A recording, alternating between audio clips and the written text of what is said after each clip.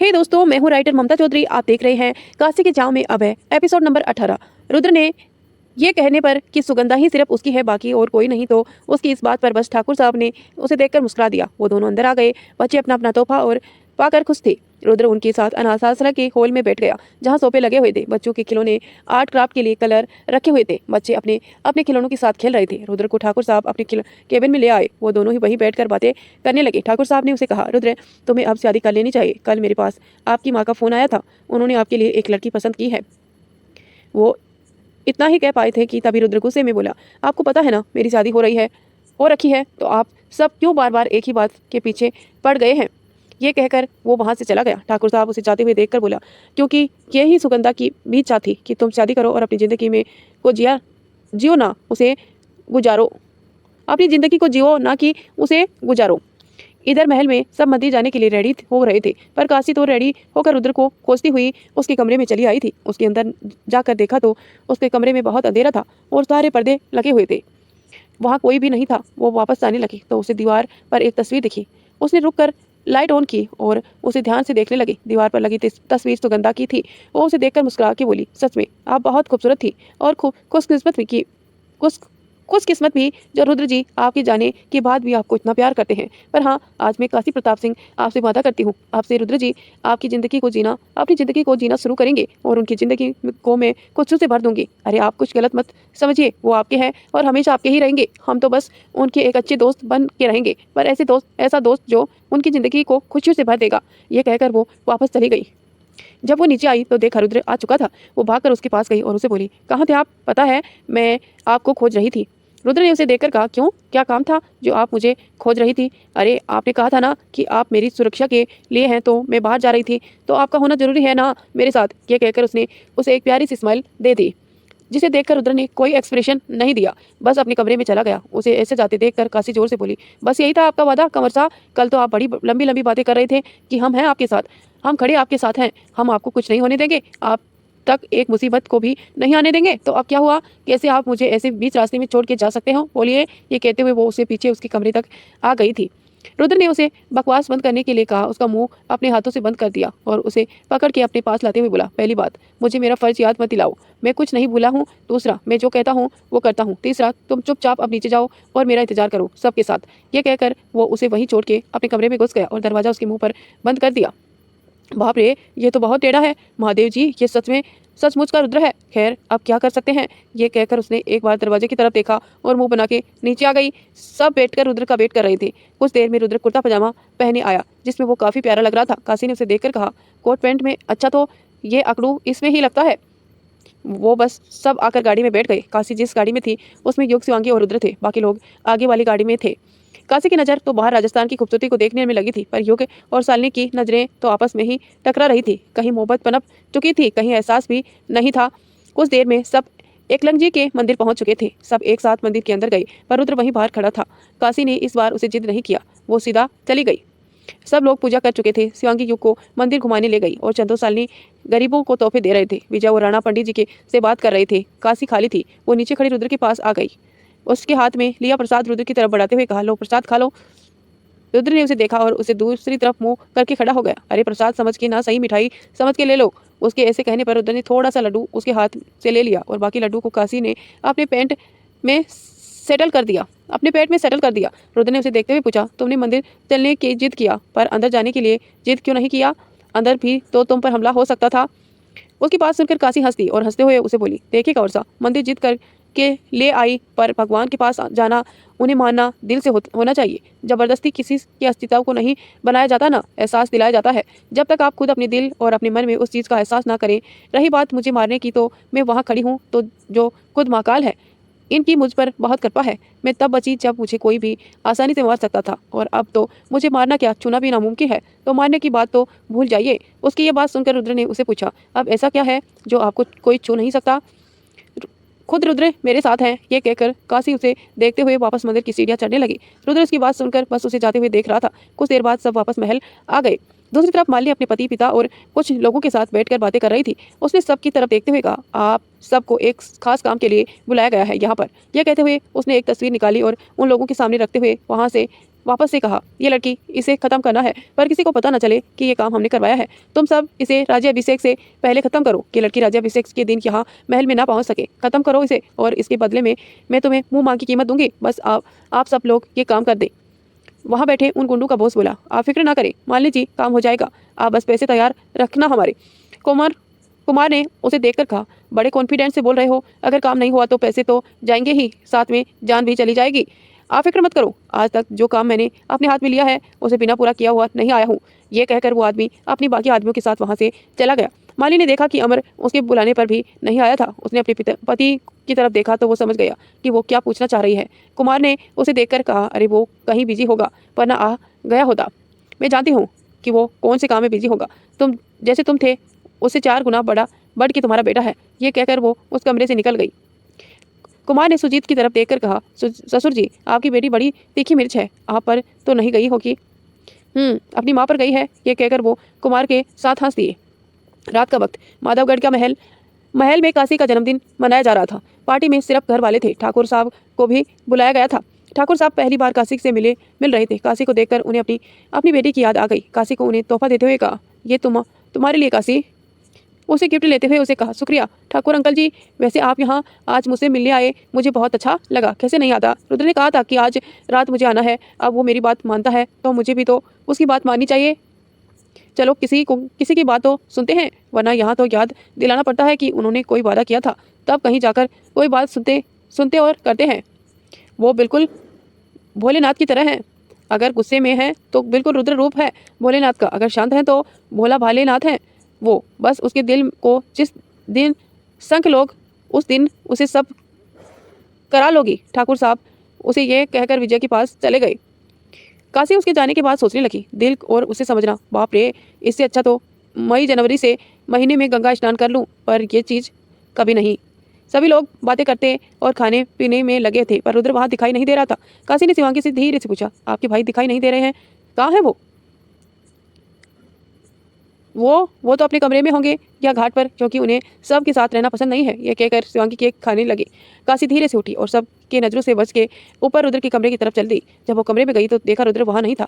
उसे खुली खिड़की से देखा तो रुद्र घाट पर बनी सीढ़ियों पर लेटा हुआ था। ये देखकर काशी जल्दी से अपने कमरे में गई और वहाँ से अपनी झोली ली और उसे ओढ़ते हुए पीछे के रास्ते से घाट पर आ गई। धीरे धीरे कदमों से के साथ वो नीचे उतर आई और रुद्र से कुछ 2-3 सीढ़ियों से ऊपर बैठ गई। रुद्र ने जब चूड़ियों की आवाज़ सुनी तो उसे आंख खोलकर पीछे देखा। काशी खुद को सोल में लपेटे बैठी हुई थी। उसे देखते हुए रुद्र ने उसे पूछा, आप यहाँ क्या कर रही हो? कुछ नहीं, बस बैठी हूँ, क्योंकि सिर्फ आपको ही शांति में बैठने का हक है क्या, हमें नहीं? ऐसी बात नहीं है, पर इस वक्त जब सब आपका जन्मदिन मना रहे हैं आपके साथ, तो आप क्यों आए हैं यहाँ पर? कुछ नहीं, बस ऐसे ही, हमारा मन वहाँ नहीं लग रहा था। वैसे आप यहाँ क्या कर रहे हैं? सब तो अंदर हैं। मुझे अकेला रहना पसंद है। वैसे सब ने मुझे कुछ ना कुछ दिया है और जन्मदिन की बधाइयाँ भी दी हैं, पर आपने मुझे कुछ नहीं दिया। यह कहकर काशी सामने पानी में जलते हुए दिए को देखने लगी। रुद्र ने उठकर बैठते हुए कहा, मुझे समझ नहीं आया कि मैं आपको क्या दूं, और रही आपको बधाई देने की बात तो जन्मदिन की बहुत बहुत बधाई हो काशी। बड़े अजीब हैं आप, मतलब जब हमने कहा तब आपने हमें विश किया, और वो भी खाली हाथ। ऐसे नहीं चलेगा कंवर सा। क्या चाहिए आपको बताइए, हम देंगे। आप दे नहीं पाएंगे? ऐसा क्या चाहिए आपको जो हम आपको नहीं दे सकते? बस है कुछ ऐसा ही जो आप दे नहीं पाएंगे। इस बार रुद्र ने उठकर उसके पास वाली सीढ़ी पर बैठ गया। उसकी तरफ देखकर बोला, वादा करते हैं जो आप मांगेंगी वो दूंगा। सोच लीजिए रुद्र जी, कहीं इस राजपूत अपने वादे से पहली बार मुकर ना जाए। ऐसा नहीं होगा, आप मांगिए तो सही। ठीक है, आप पहले हमारा हाथ पर हाथ रखकर वादा दे दीजिए कि जो हम मांगेंगे आप वो देंगे। उकड़कर बोलने पर रुद्र ने अपने सामने बड़े काशी के हाथ पर हाथ रख दिया और बोला, वादा करते हैं आपसे, आप बोलिए क्या चाहिए। हम बस इतना चाहते हैं कि आप अपने कमरे के पर्दों को हटा दें और रोशनी को आने दें। सिर्फ अपने कमरे में ही नहीं, बल्कि अपनी ज़िंदगी में भी। किसी के जाने से सिर्फ साथ बदलता है, पर ज़िंदगी के एहसास नहीं। ये सुनकर रुद्र उसे देखने लगा। तो क्या होगा? क्या रुद्र काशी के कहने पर उस कमरे के पर्दे बदल देगा, या वो काशी की बात मान लेगा? ये सब जानेंगे हम थोड़ी देर में। उससे पहले आप वीडियो को लाइक कर दीजिए, चैनल पर नए हैं तो सब्सक्राइब कर लीजिए और नोटिफिकेशन ऑन कर लीजिए। काशी के यह मांगने पर कि वो अपने कमरे के पर्दे को हटा के खुद के कमरे और जिंदगी में रोशनी लाए, इस बात को सुनते ही रुद्र खामोश होकर उसे देखने लगा था। ये सुनकर उसे अपना हाथ उसके हाथ से हटाने लगा तो काशी ने उसके हाथ को अपने हाथों में जकड़ लिया और उसे देखकर बोली, क्या हुआ कंवर साहब, आप देंगे ना मुझे ये तोहफा? रुद्र ने उसे गुस्से से देख रहा था। उसे अब अपने हाथों से कांसी की कलाई को कसकर पकड़ लिया था, जिससे उसे दर्द होने लगा था। उसके हाथ में पहनी चूड़ियों उसकी कलाई में टूटकर चुभने लगी थी। रुद्र कस के उसके हाथों को मरोड़े जा रहा था। काशी ने उसकी तरफ देखकर दर्द में कहा, कंवर साहब, हमें दर्द हो रहा है। पर रुद्र को जैसे फर्क ही नहीं पड़ रहा था। रुद्र के हाथ की पकड़ काशी के हाथ पर और ज्यादा मजबूत होती जा रही थी। उसने काशी को अपने पास खींच लिया और उसकी आंखों में देखते हुए बोला, मुझे बिल्कुल भी पसंद नहीं है कि कोई मेरे कमरे में जाए, वो भी मेरी बिना इजाजत के। आज के बाद मेरे कमरे में कभी भी मत जाना और ना ही मेरी जिंदगी में दखल अंदाजी करना। जो चीज़ मेरी होती है, मुझसे जुड़ी होती है, उसे मैं किसी के लिए नहीं बदलनी चाहे। जो हो आप याद रखना। ये कहकर वो उठ के जाने लगा तो काशी अपना हाथ पकड़ के उठते हुए बोली, सुगंधा जी जा चुकी है, कब तक आप खुद को ऐसे कैद कर के रखेंगे? उसका इतना ही कहना था कि तभी रुद्र उसकी तरफ मुड़ा और जोर से चिल्लाते हुए बोला, खबरदार जो आज के बाद उसे या उसकी किसी भी चीज़ को लेकर तुमसे बात की तो मारने के आदमी से पहले मैं खुद तुम्हें मार डालूंगा। ये कहकर रुद्र गुस्से में वहां से चला गया। काशी वहीं खड़ी उसे जाते हुए देख रही थी। उसके हाथों में जख्म हो गया था। उसे दर्द में भी मुस्कुरा के कहा, जा रहे हैं आप? जाओ, पर एक वक्त होगा जब आप मुझे ये तोहफा देंगे। अभी आप गुस्सा हुए, पर जब खुद आप अपनी ज़िंदगी को समझेंगे, जब आप समझेंगे कि जो आप चाहते हैं वो आपको ऐसे देखकर कितना दुखी होते हैं, तब आपको एहसास होगा कि आप कितना गलत कर रहे थे खुद के साथ, उन लोगों के साथ। वक्त लगेगा पर आप बदलेंगे। आज आपके भी जन्मदिन पर हम दुआ करेंगे। आज हमारे ही जन्मदिन पर हम दुआ करते हैं कि आपको दिल का सुकून और फिर से एक प्यार करने वाला हमसफर मिले। इधर उधर वहां से सीधा अपने कमरे में चला आया। उसने दरवाजा बंद किया और सुगंधा की तस्वीर को देखने लगा। क्या चाहते हैं सब कि मैं आपको भूल जाऊं? क्यों चाहते हैं सब कि मैं खुद को बदल दूं?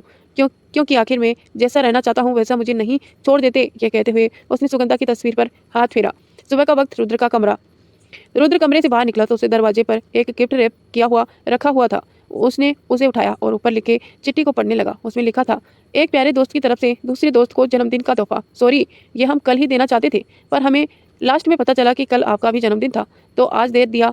ऊपर कोई नाम नहीं लिखा था। उसने वो गिफ्ट उठाया और उसे लेकर अंदर आ गया। अंदर लाकर जब उसने उस गिफ्ट को खोला तो उसमें एक तस्वीर थी जो कि उसकी और सुगंधा की थी। अंदर एक लेटर और था। उसने उसे निकाला और पढ़ने लगा।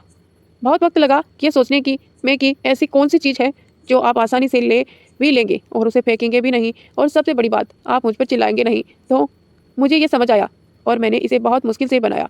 तो प्लीज़ कमेंट ज़रूर करना कि आपको ये प्यारी सी कहानी कैसी लग रही है। आपकी प्यारी दोस्त काशी। रुद्र ये पढ़ते ही गुस्से तो हुआ, पर क्या कर सकता था? आखिर काशी ने भी तो दिमाग लगाया था। रुद्र ने उसे गिफ्ट को उठा के रख लिया। ये सिर्फ सुगंधा से जुड़ी है, इसीलिए मैं इसे अपने पास रखा है। ये कहकर रुद्र ने उस तस्वीर को दीवार पर लगा दिया। रुद्र अपने कमरे से निकल ही रहा था कि वो काशी से टकरा गया। काशी गिरने ही वाली थी कि रुद्र ने उसे संभालते हुए कहा, तुम हर वक्त इतनी जल्दी में क्यों होती हो? क्यों आप देर से होते हो? चलिए अब मुझे छोड़िए, मुझे माँ और आंटी के साथ माता जी के मंदिर जाना है। उसके ये कहने पर रुद्र ने उसे छोड़ दिया।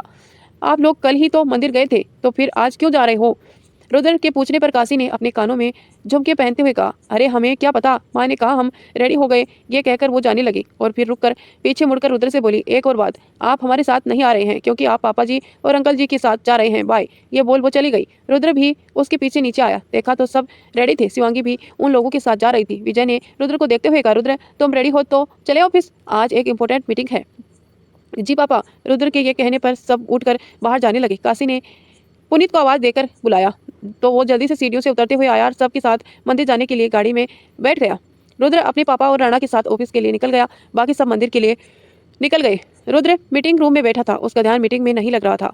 वो रह रहकर बेचैन हो रहा था। उसे घबराहट हो रही थी कि तभी उसका फ़ोन बजा। उसे फ़ोन उठाया और एक्सक्यूज़ मी कहकर वो बाहर आ गया। कॉल रिसीव करके वो जैसे ही बोल रहा, उधर से किसी की आवाज़ आई, सुना है तुम्हारी काशी मंदिर गई है, बड़ा मजा आएगा उसे मारने में। वैसे तुम्हारे पास आधे घंटे का समय है, चाहो तो पहुँच के बचा सकते हो। इतना कहकर उस आदमी ने हंसते हुए फ़ोन रख दिया। उधर मंदिर में जब सब पहुंचे तो मंदिर काफ़ी खाली था। सब अंदर जाने लगे तो काशी ने शिवांगी से पूछा, ये मंदिर ऐसे ही खाली रहता है क्या? हमें तो बहुत कम लोग दिख रहे हैं यहाँ पर। अरे नहीं दीदी, यहाँ पर बहुत भीड़ रहती है, पर आज ना जाने क्या हुआ कि ऐसे खाली है। ये कहते हुए वो सब मंदिर की सीढ़ियाँ चढ़ के ऊपर आ गए। ये मंदिर बहुत पुराना है और ये काफ़ी बड़े घरानों में बनाया गया था। यहाँ पर बहुत सारी घंटियाँ लगी थी जो हवाओं से अपनी आप बज रही थी। एक तरह बड़ा बरगद का पेड़ था। उसके आगे लाल चुनरी में बंधे बहुत सारे त्रिशूल लगे हुए थे। यहाँ पर मान्यता थी कि जो भी मन्नत मांगता है उसे एक त्रिशूल में चुनरी बांध के बरगद के सामने लगानी पड़ती है। काशी मंदिर को बहुत अच्छे से देख रही थी। उसने कभी ऐसी मंदिर नहीं देखा था। बनारस में उन्हें बहुत से मंदिर और घाट देखा था, पर ऐसा मंदिर वो पहली बार देख रही थी। वो सब मंदिरों से अंदर पहुंच के तो एक बूढ़े से पुजारी थे जो वहां देवी माँ के सामने फूल रख रहे थे। शालिनी ने अपने साथ लाई पूजा की थाली उस प्रसाद पंडित जी को देते हुए कहा, पंडित जी, ये माता के लिए है। उन्हें देखकर पंडित जी ने कांपते हाथों से के साथ थाली और प्रसाद थामा। उन्हें पूजा करना शुरू किया। आरती करते वक्त भी उसे हाथ कांप रहे थे। वो बार बार पीछे मुड़कर देख रहे थे। जब आरती कर उन्होंने सबको आरती दी, सबने आरती ली और फिर लास्ट में काशी गई। उसे आरती की थाल पर जैसे हाथ फेरा तो एक फूल नीचे गिर गया। वो उसे उठा के नीचे झुकी, वैसे ही एक कटार उसके ऊपर से हो गई। ये देखकर सब डर के मारे कांप उठे। काशी ने जब उठकर देखा तो माता रानी के चरणों पर एक कटार आकर लगी थी। उसने जब हर तरफ देखा तो पाया कि वहाँ बहुत सारे आदमी हैं जिसके हाथों में बहुत सारे हथियार थे। ये देखकर शालिनी ने अपने आदमियों को आवाज़ दी, पर उसकी आवाज़ सुनकर वहाँ कोई नहीं आया। उन लोगों में से एक काले से आदमी ने कहा, कोई नहीं आएगा रानी सा, क्योंकि वो सीधे भगवान के पास पहुंच गए हैं। ये सुनकर चंदो और शालिनी ने एक दूसरे को देखा और बगल में रखी हल्दी की थाल को उठा के उन दोनों के ने उन पर फेंका और सबको साथ लेकर भागने लगे। काशी शिवांगी का हाथ पकड़कर भाग रही थी। पुनीत शालिनी और चंदो को बचा रहा था। काशी ने शिवांगी को मंदिर के पास बने एक कोठरे में जाकर जाने लगी, पर तभी किसी ने उसका हाथ पकड़कर खींच लिया। काशी को लेकर वो आदमी मंदिर के अंदर तक लेकर आया और चारों तरफ देखकर बोला, जहाँ हो वहीं रुक जाओ, वरना इसकी जान बहुत जल्दी चली जाएगी। उसकी आवाज़ सुनकर सब लोग वहीं खड़े हो गए। शिवांगी और पुनीत ने पहले शालिनी चंदो को धीरे से ला जाकर पहले सेफ जगह छोड़ा। पुनीत शिवांगी को भी वहीं उन लोगों के पास छोड़ के चला गया। काशी का हाथ पकड़े गुंडों ने सरदार से कहा, मुझे नहीं पता था कि तुम इतनी खूबसूरत हो। अब तो पहले तुम्हारे साथ मन भर लूँ, तब मार लूंगा। वैसे भी इतनी खूबसूरत मैंने बहुत महीने बाद देखने को मिली है। इतना कहकर उसने काशी के दुपट्टे को अपने हाथ से खींच के दूर फेंक दिया। वो बिना दुपट्टे के उसके सामने खड़ी थी। उस आदमी ने नजरें उसके काली लालची गिद्ध की तरह से देख रही थी।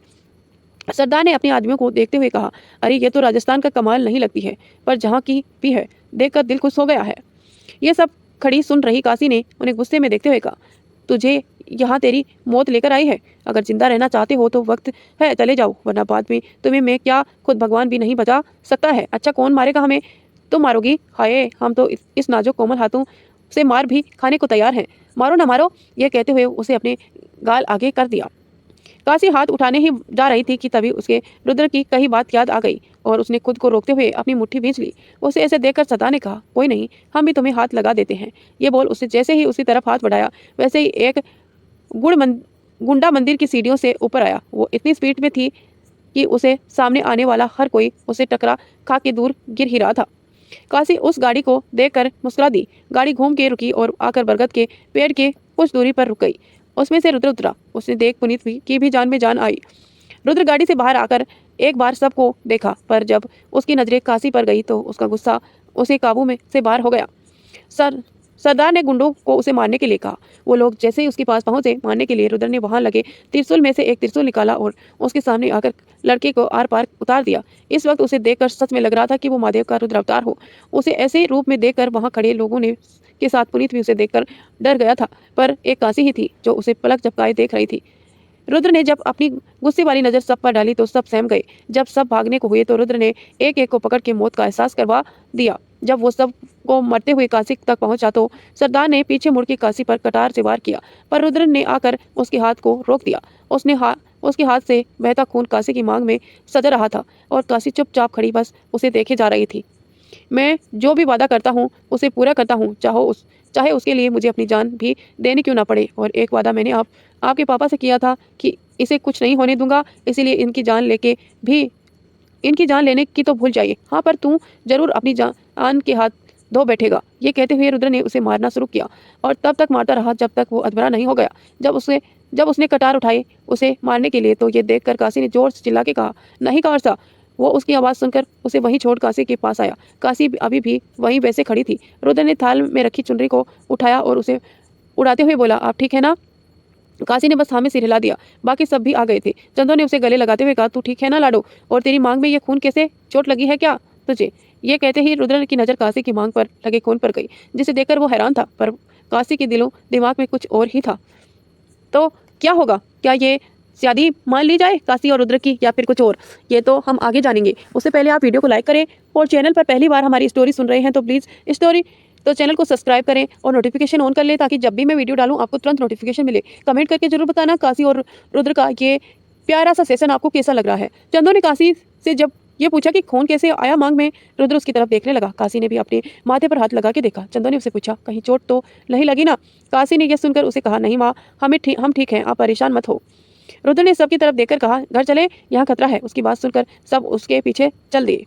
काशी पूरे रास्ते आंख बंद किए खामोश बैठी हुई थी। चंदो भी इस हमले में बहुत डरी हुई थी। शालिनी और बाकी सब के दिमाग में बस अभी हुआ हमला चल रहा था, पर रुद्र के दिमाग में काशी चल रही थी। गाड़ी आकर महल के सामने आकर रुकी। सब निकलकर काशी वैसे ही बैठी रही। चंदो ने उसे ऐसे बैठा देखा तो उसे आवाज लगाई, पर काशी वैसे ही बैठी रही। चंदो ने जब उसे हिलाया तो देखा कि वो सीट पर गिर गई। सबने देखा कि उसकी पीठ पर जख्म था जिसमें से खून रिस रहा था।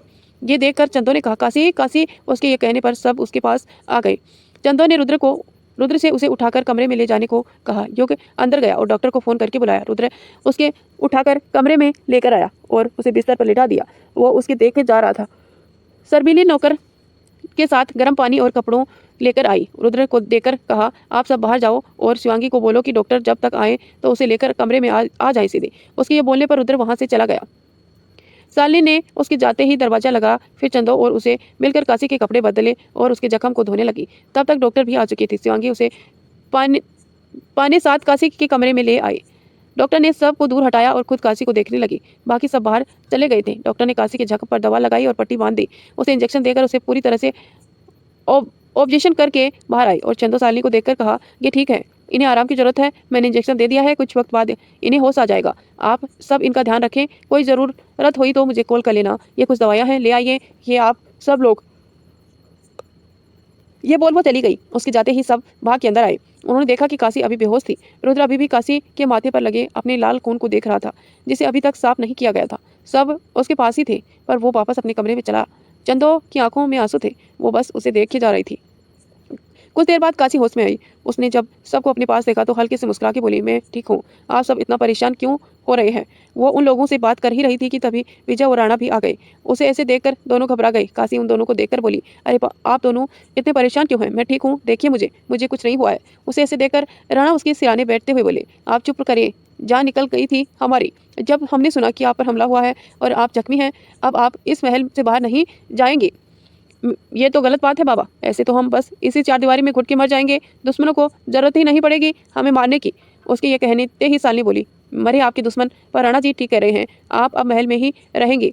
उसकी बात पर सबने अपनी सहमति दी। जब सब बोलने लगे तो काशी भी मान गई। उसके पास कुछ देर रहकर वो सब वहाँ से चले गई। काशी आंखें बंद करके आराम करने लगी। रुद्र अपने कमरे में बैठा काशी के बारे में सोच रहा था। उसके दिमाग में इस वक्त बस काशी और उसकी मांग में लगा वो लाल खून नजर आ रहा था। वो इस वक्त शांत नहीं था। उसे अपने जख्मी हाथ को देखा जिसमें वो खून निकलना बंद हो गया था, पर जख्म गहरा था। तभी उसके कमरे का दरवाजा खुला और शिवांगी उसके कमरे में पानी, कपड़ा और फर्स्ट एड बॉक्स लेकर आई। उसके बगल में रखते हुए खुद नीचे उसके सामने बैठते हुए बोली, लाइए हाथ दीजिए भाई। उसे यहाँ देखकर रुद्र ने उसी तरफ हाथ बढ़ाते हुए कहा, तुझे किसने बताया कि मुझे चोट लगी है? उसे रुद्र के जख्मों को साफ करते हुए कहा, काशी दी ने उन्हें कहा कि आपको चोट लगी है और आप किसी को नहीं बताएंगे, इसीलिए मैं जाकर आपकी पट्टी कर दूं तो मैं जल्दी से चली आई। रुद्र यह सुनकर फिर से काशी को सोचने लगा। शिवांगी ने उसके हाथ के जख्म को साफ करके उसे दवा लगाई और पट्टी बांधते हुए बोली, भाई आपसे एक बात पूछूं? यह सुनकर रुद्र ने बस कर दिया। वो खून आपका था ना जो काशी दी की मांग में था? इस पर रुद्र खामोश रहा। उसे कुछ नहीं कहा। उससे शांत देखकर शिवांगी ने आगे कहा, किसी का आना गलत नहीं होता भाई। अगर कोई खुशी दे रहा है एक दोस्त की तरह तो आप उसे इतना तो साथ दे सकते हैं कि वो आपका दोस्त बन जाए। वैसे भी उन्हें आपसे कभी कुछ और मांगा है? वो आपको खुश देखना चाहते हैं जैसे हम सब देखना चाहते हैं। क्या आप खुद को खुशियों से दूर रख रहे हैं? आप प्यार नहीं कर सकते वो बात अलग है। आप पर दोस्त तो बना सकते हो, वही बन जाओ और उसके एक मौका तो दो आप खुद को। कब तक इस अंधेरे कमरे तक रहना चाहते हैं खुद को? निकलिए इस कमरे से बाहर, इस जिंदगी से बाहर। शिवांगी कुछ और बोल पाती कि तभी रुद्र ने उसे बीच में ही रोकते हुए कहा, आप जाइए, पट्टी बंद गई है। उसके ऐसे कहने पर वो उसे एक नज़र देखकर सारा सामान लेकर बाहर आ गई। रुद्र बैठा सोचे जा रहा था। उसे कुछ समझ में नहीं आ रहा था। उसने खिड़की से बाहर देखा तो शाम रात में तब्दील हो रही थी। उसकी लालिमा देखकर उसे काशी के मांग में लगा लाल रंग याद आया। वो गुस्से में सीधा काशी के कमरे में गया। उसने कमरे में पहुंचकर देखा तो काशी एक कपड़े से अपनी मांग में लगे खून को साफ कर रही थी। उसका दुपट्टा नहीं ले रखा था। उसके सारे बाल आगे की तरफ थे। उसके ब्लाउज की डोरी खुली हुई थी जिससे उसका गला काफ़ी डीप था। उसे देखकर रुद्र ने गुस्से में उसके कमरे में दरवाजे को बंद किया, ये ना सोचते हुए कि वो किस हाल में है। जब काशी ने रुद्र को ऐसे अपने कमरे में का दरवाजा बंद करते हुए देखा तो वो घबरा गई और उसे अपने आप को आईने में देखकर जल्दी से बिस्तर पर रखा अपना दुपट्टा उठाया और ओढ़ने लगी। रुद्र गुस्से में उसके पास आया और उसे पकड़ के बोला, बहुत हो गया, बंद करो ये सब। मुझे समझ नहीं आता कि तुम चाहती क्या हो। जब बोला है मुझसे दूर रहो तो तुम्हें समझ नहीं आ रहा है। पर कंवर सा, इस बार मैंने क्या किया है? यही तो कि आप कुछ नहीं करती पर फिर भी सब कुछ हो जाता है। अपने माता पिता की जगह आप क्यों नहीं मर गई? अच्छा होता कि आप ही नहीं होती। जिसकी ज़िंदगी में आई हो उसे ही दुख दिया है, ज़िंदगी ही छीन ली उनकी। अगर अब तुम्हारी ज़बरदस्ती मेरी ज़िंदगी में घुस रही हो, समझ नहीं आता कि तुम्हें बचाना क्यों चाहते हैं सब। अरे ज़रूरत क्या है तुम जैसी मुसीबत को बचाने की? मर ही जाओ तो अच्छा है। रुद्र अपने गुस्से में बिना सोचे समझे बस बोले जा रहा था। उसे नहीं पता था कि आखिर उसके ये शब्द कितने कठोर, कितने दर्द देने वाले हैं। काशी तो उनके ऐसे बोलने पर स्तब्ध रह गई थी। उसकी आंखों में आंसू था। रुद्र ने उसके हाथों को से कपड़ा लेकर उसकी मांग में लगे खून को साफ करने लगा। वो गुस्से में उसकी मांग में इतनी जोर से रगड़ने लगा कि उसकी मांग साफ होने की जगह जख्मी हो गई। ये देखकर उसने काशी को वहीं छोड़ा और चला गया। काशी वहीं खड़ी रुद्र के बोले गए शब्दों को अपने कानों में सुन रही थी। वो सोच भी नहीं सकती थी कि रुद्र उसे कभी कुछ ऐसा कहेगा। वो वहीं फर्श पर बैठी हुई रोने लगी। उसने खुद को शीशे में देखा। उसकी जख्मी हुए मांग में हल्का हल्का खून बह रहा था। वो रुद्र के ऐसे व्यवहार को समझ नहीं पा रही थी। दूसरी तरफ रुद्र अपने कमरे में आया और गुस्से में कमरे का दरवाजा बंद कर वहां रखी सारी चीजों को फेंकने लगा। उसका गुस्सा बर्दाश्त से बाहर था। उसने सुगंधा की तस्वीर को देखते हुए कहा, क्यों? आखिर आखिर क्यों है? ये क्या है जो उन्हें देखकर मुझे महसूस होता है? क्यों उन पे आप नाराज नजर आती हैं? क्यों उनमें आप नजर आती हैं? क्यों आखिर उनकी तरह दिल खींच रहा है? मैंने कभी नहीं चाहा कि आपको छोड़ के मैं किसी को भी देखूं या पसंद करूं, पर मैं नहीं चाहता कि ये पास भी रहे मेरे। आज जो मैंने उसे बोला, शायद उसके बाद वो मुझसे दूर रहेगी। काशी अपने कमरे में बैठी सोचे जा रही थी। उसने रुद्र की बात को सोचते हुए कहा, आप यही चाहते हैं तो मैं आपसे दूर रहूंगी। आप मेरी शक्ल भी नहीं देखेंगे। आज से नहीं आऊंगी आपके सामने। वो उठ गई। उसने अपने कपड़े चेंज किए और साड़ी पहन बाहर आई। उसने अपना लैपटॉप उठाया और कुछ करने लगी। इधर दूसरी तरफ शिवांगी युग के रूम में गई। देखा तो वो रूम में नहीं था। वो हर जगह खोजने लगी तो किसी ने उसका हाथ पकड़कर उसे बगल की बालकनी में खींच लिया। जब उसे देखा तो युग था। शिवांगी ने उसे देखकर कहा, आप यहाँ क्या कर रहे हैं? कुछ नहीं, बस इंतजार की कोई आएगा तो बात करूं। वैसे आप किसे खोज रही थी? मैं आपको खोज रही थी। क्यों? ऐसा क्या काम था जो आप मुझे खोज रही थी? खाना लग गया है, चलिए सबने बुलाया है। बस इसीलिए खोज रही थी आप मुझे? उसके इस सवाल पर शिवांगी ने कहा, हाँ, पर हमें लगा शायद कोई और काम हो आपको मुझसे। नहीं, हमें कोई काम नहीं है, आप चलिए जल्दी से। ये कहकर शिवांगी जाने लगी तो युग ने उसका हाथ पकड़कर रोकते हुए कहा, आप कुछ कहना नहीं चाहती हमसे? नहीं, मैं कुछ नहीं कहना चाहती। उसके इस जवाब से युग उसे कुछ देर देखता रहा और फिर उसे बोला, ठीक है, चलो। उसके जाने के बाद शिवांगी उसे जाते हुए देख कर खुद से बोली, मैं आपके लायक नहीं हूँ युग जी। उस दिन उस रंजीत के गंदे हाथों ने मुझे छुआ था। इसके बाद तो कोई भी मुझे नहीं अपनाना चाहता है, तो मैं क्यों आपको इस रिश्ते में रखूं? शिवांगी जब नीचे आई तो उसने देखा कि सब आकर डाइनिंग टेबल पर बैठे हुए थे। वो भी आकर बैठ गई। सब खाना खा रहे थे। चंदो ऊपर काशी के कमरे में खाना लेकर गई उसे खिलाने के लिए। सब बात कर ही रहे थे कि तभी महल के सामने आकर एक गाड़ी रुकी और उसमें से माली अपने पति और बेटे के साथ बाहर आई। वो जब अंदर गई तो एक नौकर दौड़ते हुए विजय के पास आया और उसे बोला, साहब मालिनी जी आई है। यह सुनते ही विजय के हाथ खाते हुए रुक गए। उसने राणा की तरफ देखा और उसे इशारा करते हुए उठ खड़ा हुआ। जब वो सबके सामने मालिनी के पास पहुंचा तो वो आराम से सोफे पर बैठी थी। मालिनी ने उसे देखकर कहा, आओ राजा विजय सिंह, कैसे हो? अरे राणा, तुम भी हो? इतने सालों बाद तुमसे मिलके बहुत अच्छा लगा। मनु को नहीं अच्छा लाग्यो, थारी शकल तब भी चुड़ैलों वाली थी, आज भी वैसी है। मालिनी जब आवाज की तरफ नजर उठाकर देखी तो चंदो नीचे उतर कर आ रही थी। चंदो, तुम्हें कैसे भूल सकती हूँ? आखिर तुमसे भी तो बहुत सारे हिसाब पूरे करने हैं मुझे। वैसे सुना है काशी आ गई है। अब हमने सोचा अभय की आखिरी निशानी से आखिरी बार हम भी तो मिले। कहाँ है? नजर नहीं आ रही है कहीं। आज के हमले में मर तो नहीं गई? ये बोल वो हंसने लगी। मर गए हमें मारने वाले, मालिनी जी। मालिनी जब सीढ़ियों की तरफ देखी तो वहाँ काशी खड़ी थी। तो दोस्तों, आज की इस स्टोरी को यही एंड करते हैं। कल बताएंगे आपको काशी और मालिनी की मुलाकात कैसी रहेगी। तब तक आप हमारे चैनल को सब्सक्राइब करके नोटिफिकेशन ऑन कर लीजिए और वीडियो को लाइक करके कमेंट जरूर करना कि आपको स्टोरी कैसी लगती है।